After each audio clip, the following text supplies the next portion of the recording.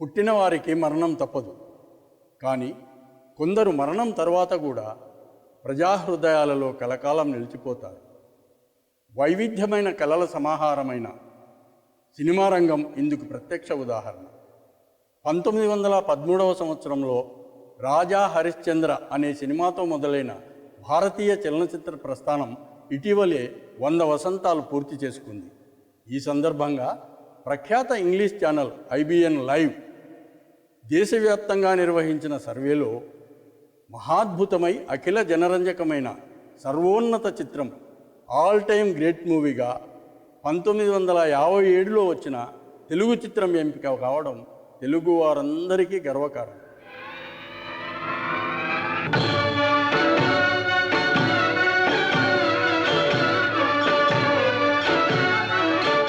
క్రియాసిద్ధి సత్వే భవతి మహతాం నోపకరణే. భారతీయ చలనచిత్ర వినీలాకాశంలో మాయాబజార్ సినిమా నేటికి ధృవతారగా నిలిచిన చిత్రం. మాయాబజార్ అన్నది ఒక చిత్ర రాజం.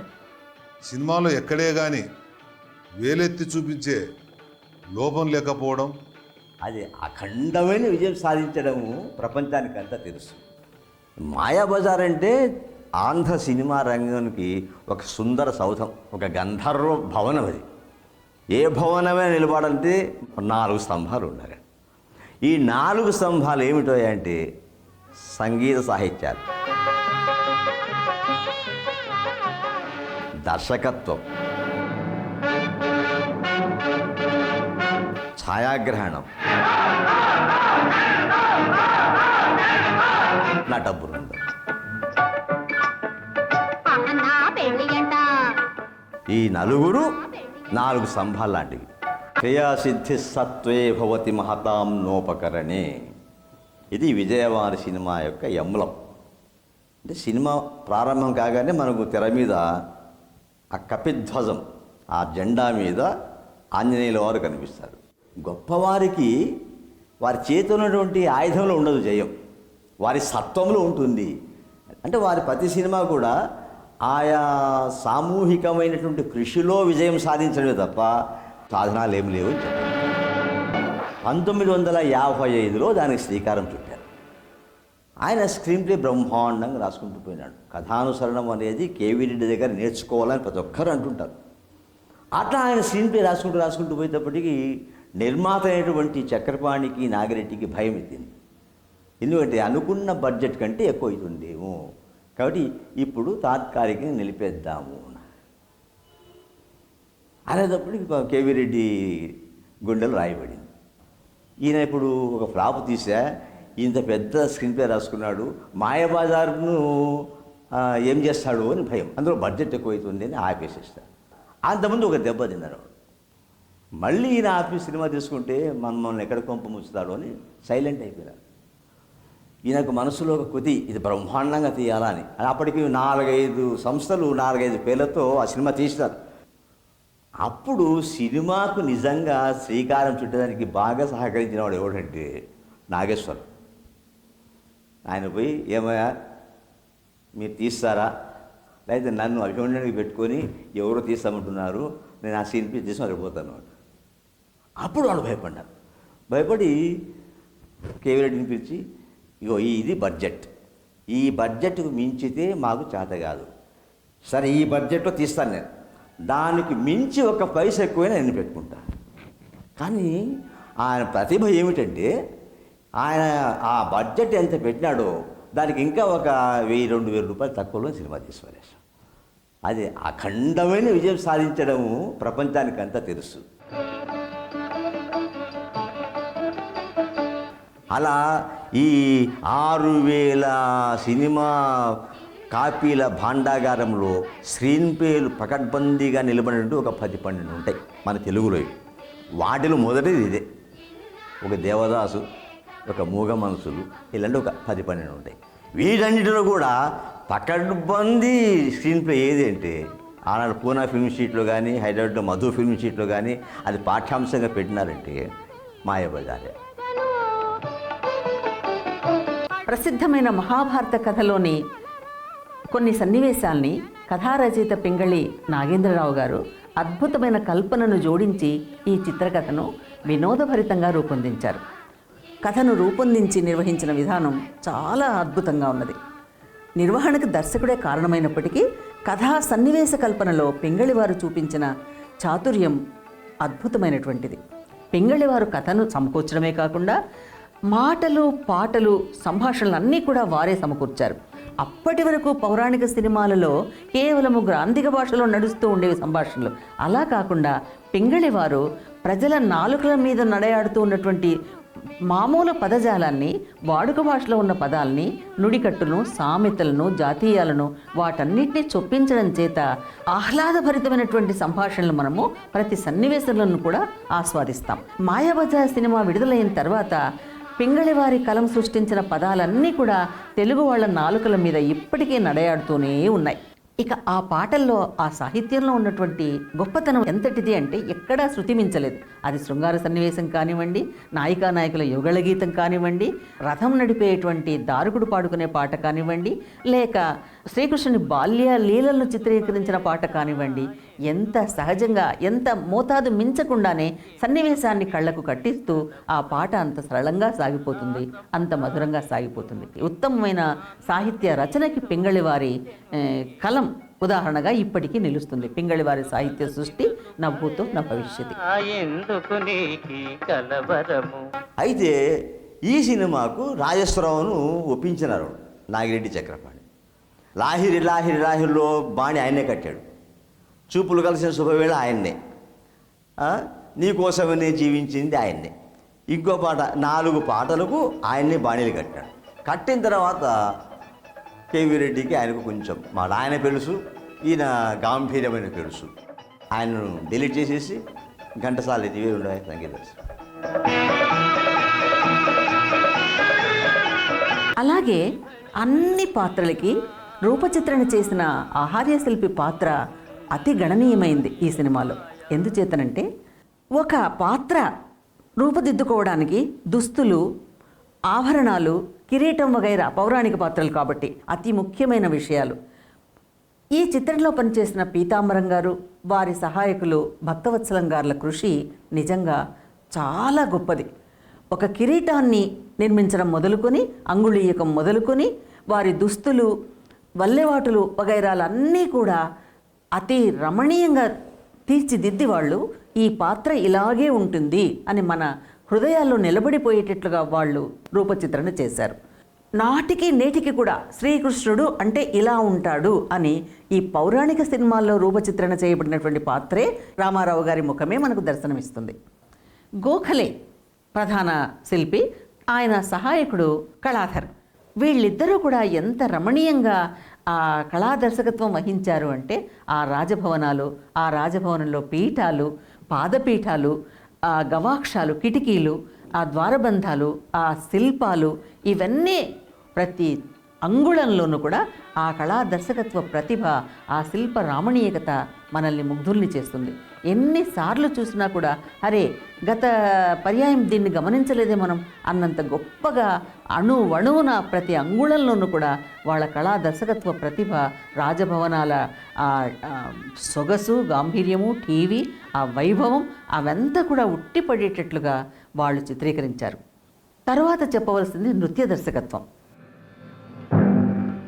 పసుమర్తి కృష్ణమూర్తి గారు నృత్య దర్శకులు ఈ సినిమాకి. శాస్త్రీయ నృత్యం కానివ్వండి, శ్రీకృష్ణుని బాల్యలీలను చిత్రించిన నృత్యం కానివ్వండి, పెళ్లి వారిని స్వాగతిస్తూ దయచేయండి దయచేయండి అన్న పాట కానివ్వండి, ఎంత అద్భుతమైన చిత్రీకరణ అంటే మనం ముగ్ధులమైపోయి ఆ నృత్యాలను చూస్తూ ఉండిపోతాం. నర్తకీమణుల యొక్క వేషధారణతో పాటు ఆ నృత్య భంగిమలు, ఆ నృత్య సన్నివేశాలు కూడా.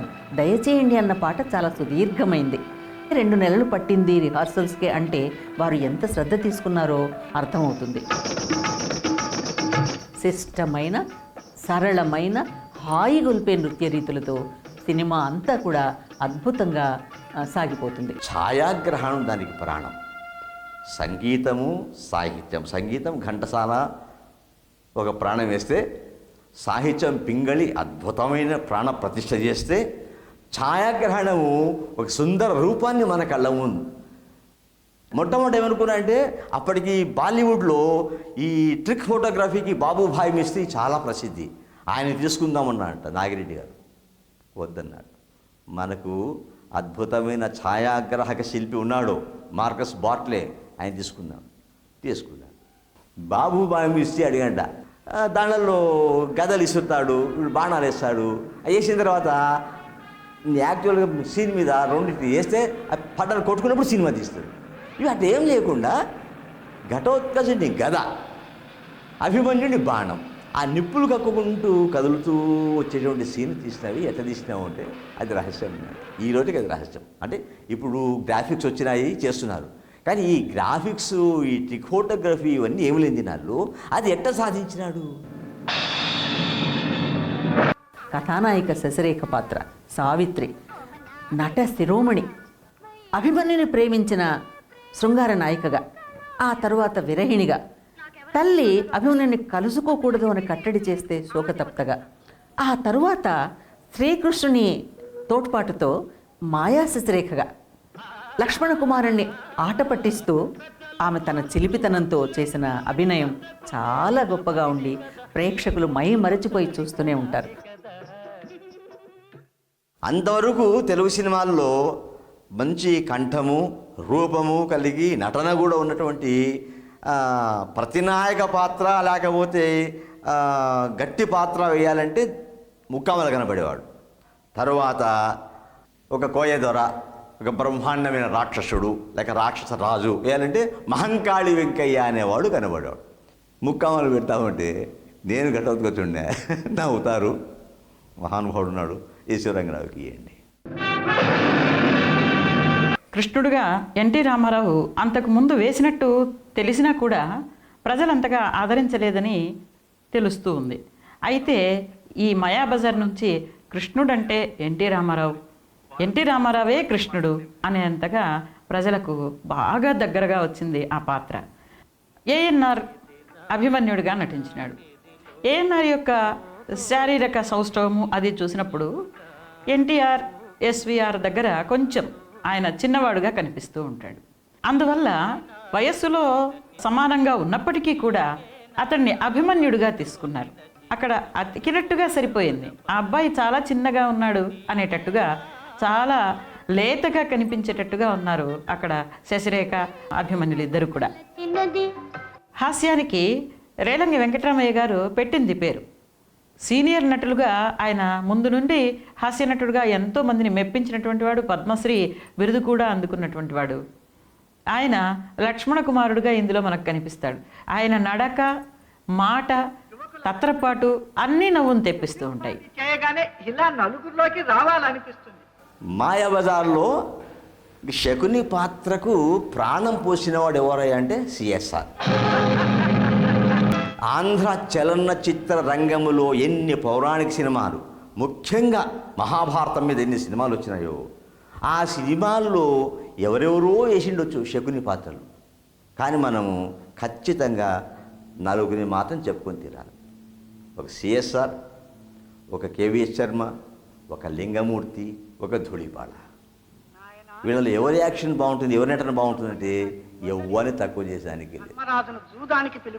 ఇది తెలుగు తమిళ భాష ఒకటే తయారు చేయి. ఇక సిఎస్ఆర్ మనకు శకుని అయితే అక్కడ అప్పటికి చాలా ప్రసిద్ధ విలన్ నంబియార్ను శకునిగా వేయించాడు.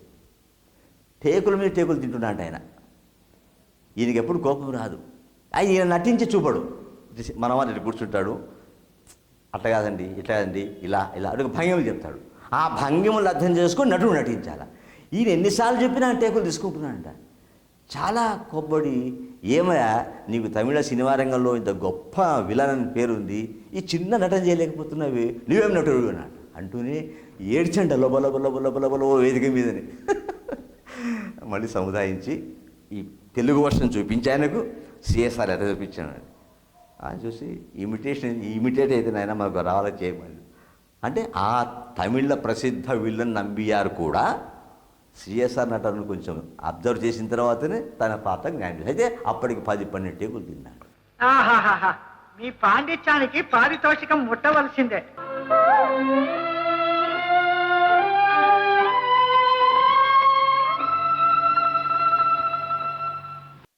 ఈ చిత్రంలో ఉపయోగించిన టెక్నిక్లు అవి dissolve, cut, super imposing, stop motion animation, reverse మరియు మినియేచర్లు. కట్ అనేది 2 రీళ్ల మధ్య భాగం. ఒక రీలు ఇంకో రీలుతో కలిపి హఠాత్తుగా మాయం అవటానికి ఈ విధానాన్ని ఉపయోగించారు. డిజాల్వ్ అనేది 2 రీళ్లలోని బొమ్మలను ఒక పద్ధతి ప్రకారం కరిగించి తరువాత కలిపితే వచ్చేది. మెల్లగా రూపాలు మారటానికి దీనిని ఉపయోగించారు. సూపర్ ఇంపోజింగ్ అనేది 2 వేరువేరు సంఘటనలను లేదా చిత్రాలను ఒకే దగ్గర ఉన్నట్లు చూపించేందుకు ఉపయోగిస్తారు. ఇది కెమెరాలోని లెన్స్ ద్వారా సాధ్యమవుతుంది. స్టాప్ మోషన్ యానిమేషన్ అనేది వస్తువులను వరుసగా కదిలిస్తూ వాటిని ఫోటోలు తీసి తరువాత దానిని వరుసగా ప్లే చేస్తే వచ్చేది. రివర్స్ అనేది ఒక క్రమంలో తీసిన చిత్రాలను దానికి విరుద్ధమైన వేగంతో ప్లే చేసినప్పుడు వచ్చేది. మినియేచర్లు పెద్ద పెద్ద వాటికి చిన్న చిన్న నమూనాలు లాంటివి. ఈ చిన్న వాటిని ప్రత్యేకమైన కెమెరా లెన్స్లతో పెద్దవిగా చూపిస్తారు. ఈ ఎఫెక్ట్లు ఇంత బాగా పండటానికి గల కారణం సినిమాటోగ్రాఫర్ మరియు ఎడిటర్కు మధ్యన ఉన్న సమన్వయమే కారణం. ఈ చిత్రాన్ని జంబులింగం గారు ఎడిట్ చేశారు.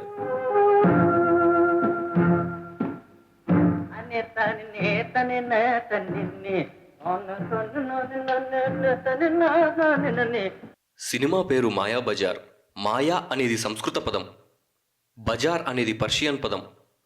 ఈ 2 పదాల కలయికపై మొదట్లో విమర్శలు వచ్చినా అంతకు ముందే ఈ నాటకం ఆ పేరుపై ప్రసిద్ధి కావటం చేత వాటిని ఎవరూ పట్టించుకోలేదు. కానీ సినిమాలో ఎక్కడా కూడా ఆ మాట వినపడకుండా జాగ్రత్త పడ్డారు. బలరామ కుమార్తె అయిన శశిరేఖకు అర్జునుని కుమారుడైన అభిమన్యునికి వివాహం జరిపించడం అనేది ప్రధాన కథావస్తువు. శశిరేఖ పాత్ర భారతంలో లేనిది. భారతంలో అభిమన్యుని భార్య పేరు ఉత్తర. దుర్యోధనుని కుమారుడైన లక్ష్మణ కుమారుని పాత్ర అతి అప్రధానమైనది.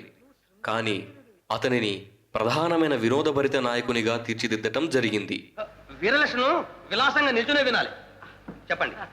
అలాగే ఘటోత్కచునికి ఒక బృందం ఏర్పాటు చేసి వారిని మాయాభరిత హాస్య వినోదం కోసం వాడుకోవటం జరిగింది. మన వైపున కట్టివేయండి. ఈ సినిమాలో ఎవరు హీరో, ఎవరు విలన్, ఎవరు హీరోయిన్ అని చెప్పటానికే వీల్లేదు. అయితే ముఖ్యంగా అనుకోవాలి అనుకుంటే హీరోగా ఘటోత్కచుణ్ణి, హీరోయిన్గా శశిరేఖను చెప్పుకోవాల్సి వస్తుంది. ఘటోత్కచుడు మధ్య సినిమా నుంచే వస్తాడు. అయినా కూడా అతని ప్రభావం ఎంతగా ఉంటుంది అంటే సినిమా చూసి వెళ్ళిపోతున్న ప్రతి ప్రేక్షకునికి ఘటోత్కచుడే ఎక్కువగా గుర్తుంటాడు. సినిమా మొత్తం మీద కృష్ణుని పాత్ర యొక్క నిడివి చాలా తక్కువే, ఎక్కువేం కాదు. ఆయనకు మాటలు తక్కువే ఉన్నాయి, పాటలు లేవు. కానీ కృష్ణ పాత్ర మొత్తం సినిమాని తన గుప్పెట్లో పెట్టుకున్నట్టుగా అనిపిస్తుంది. సుఖీ భవ సుఖీ భవ. శశిరేఖ అభిమన్యుల మధ్య పాటలు 4 ఉన్నాయి, యుగళ గీతాలు. వినగానే ఆ రాగం వినగానే ప్రేక్షకుడి గుండె జల్లుమన్నట్టు అవుతుంది. ఇక అలా నోరు తెరిచి చూస్తున్నట్టుగా సినిమా చూస్తూ ఉంటాడు. ఆమె డాన్స్ చేస్తూ ఉంటే ఒక క్షణము సముద్రం నుంచి పెద్ద అల లేచినట్టుగా చూపిస్తాడు. ఆమె ఆనందం అంత ఉప్పొంగిపోతోంది అని మనకి ప్రేక్షకునికి తెలియజేస్తాడు. ఎంత సాహితీ విలువలు ఉన్నాయి చూడండి. అది మనం చదువుకుంటాం సాహిత్యంలో, మరి సినిమాల్లో ఎలా చూపించగలుగుతారు అని మనం అనుకుంటాం. కానీ మంచి డైరెక్టర్ చేతిలో ఏదైనా సాధ్యమే అనిపిస్తుంది.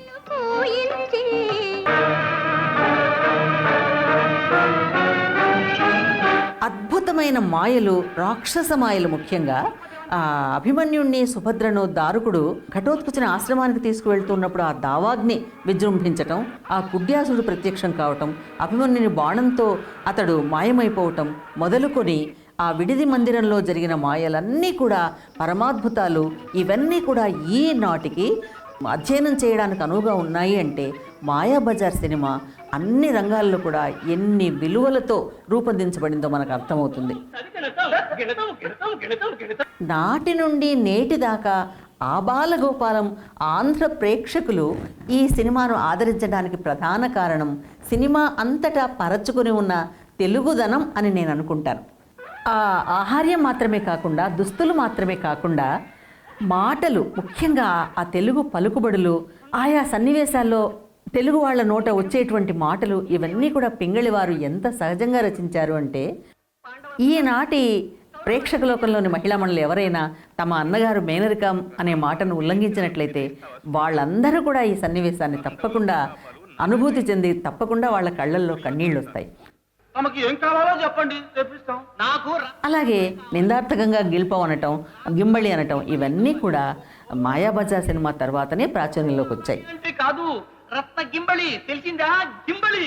స్క్రీన్ ప్లేలో ఈ కథను 2 భాగాలుగా విడదీస్తే మొదటి భాగం కుటుంబ కథగా మరియు శశిరేఖ అభిమన్యుల ప్రణయగాథగా చెప్పుకోవచ్చు. రెండవ భాగం ఘటోత్కచుడు, అతని బృందం మరియు లక్ష్మణ కుమారుడు, అతని బృందం మధ్య జరిగే హాస్యం మరియు అద్భుతాలుగా చెప్పుకోవచ్చు. స్వాములు, తమ అంతస్తు మాకేం తెలుసు? తమకి ఏం కావాలో చెప్పండి, తెప్పిస్తాం. బలరాముని ఇంట్లో శశిరేఖ పుట్టినరోజు వేడుకతో మొదలవుతుంది. అందులో భారతంలోని ప్రఖ్యాత ప్రోటాగనిస్టిక్ పాత్రలను, వారితో పాటు అంతవరకు సామాన్యులకు పరిచయం లేని శశిరేఖ, అభిమన్యులను కూడా పరిచయం చేసి వారిద్దరి మధ్య ఉన్న సంబంధాన్ని చూపిస్తాడు. అభిమన్యుని వీరత్వానికి మెచ్చి బలరాముడు తన చెల్లెలు సుభద్ర కోరిక మేరకు తన కూతురైన శశిరేఖను సుభద్ర కోడలిగా చేస్తానని మాట ఇస్తాడు. అప్పటి నుండి శశిరేఖ అభిమన్యుల బంధం పెరిగి ప్రేమగా మారుతుంది. అంతవరకు ఆ ప్రేమ అందరికీ అంగీకారంగానే ఉంటుంది. పాండవుల రాజసూయ యాగానికి వెళ్లి వచ్చిన శ్రీకృష్ణుడు మరియు సాత్వకి వారు పంపిన కానుకలలో ఒకటైన ప్రియదర్శినితో దుష్ట చతుష్టయాన్ని పరిచయం చేస్తాడు. పాండవులకు జరిగిన పరాభవాన్ని ప్రశ్నించడానికి తన శిష్యుడైన దుర్యోధనుని దగ్గరికి వెళ్లి బలరాముడు వారి ఆతిథ్యానికి లొంగి శశిరేఖను దుర్యోధన కుమారుడైన లక్ష్మణ కుమారునికిచ్చి వివాహం చేస్తానని వరం ఇస్తాడు. పరాభవంతో పుట్టింటికి వచ్చిన సుభద్రకు ఇచ్చిన మాట దాటవేసి సుభద్రతో పాటు ఆమె కుమారుడైన అభిమన్యుణ్ణి అవమానిస్తాడు. దిక్కుతోచని పరిస్థితుల్లో శ్రీకృష్ణుడు సుభద్రను, అభిమన్యుణ్ణి ఘటోత్కచుని ఆశ్రమానికి పంపిస్తాడు. ఈ ఘటోత్కచుని ఇంట్రడక్షన్ని మొదటి ప్లాట్ పాయింట్గా మనం చెప్పుకోవచ్చును. ఘటోత్కచుని ఆశ్రమంలో సుభద్ర హిడింబతో జరిగింది చెప్పి బాధపడుతూ ఉండగా విన్న ఘటోత్కచునికి ఆగ్రహం రాగా తన తల్లి సూచన మేరకు శశిరేఖను తీసుకురావడానికి ద్వారకకు వెళతాడు. విన్నాను మాతా, విన్నాను. అక్కడ శశిరేఖను కనుక్కోలేక అవస్థలు పడుతూ ఉంటే శ్రీకృష్ణుడు తారసపడి తాను చేయవలసిన కార్యాన్ని చెప్తాడు. స్క్రీన్ ప్లేలో ఇదొక టర్నింగ్ పాయింట్గా భావించవచ్చు. ద్వారక నుంచి శశిరేఖను ఆశ్రమానికి చేర్చిన ఘటోత్కచుడు లక్ష్మణ కుమారుణ్ణి పెళ్లాడటానికి ద్వారకకు వెళ్తూ కౌరవులకు విడిదిగా ఓ మాయనగరం నిర్మించి మాయలతో వారిని బెదరకొట్టమని అతని అనుయాయులైన చిన్నమయ, లంబూ జంబులకు ఆదేశిస్తాడు.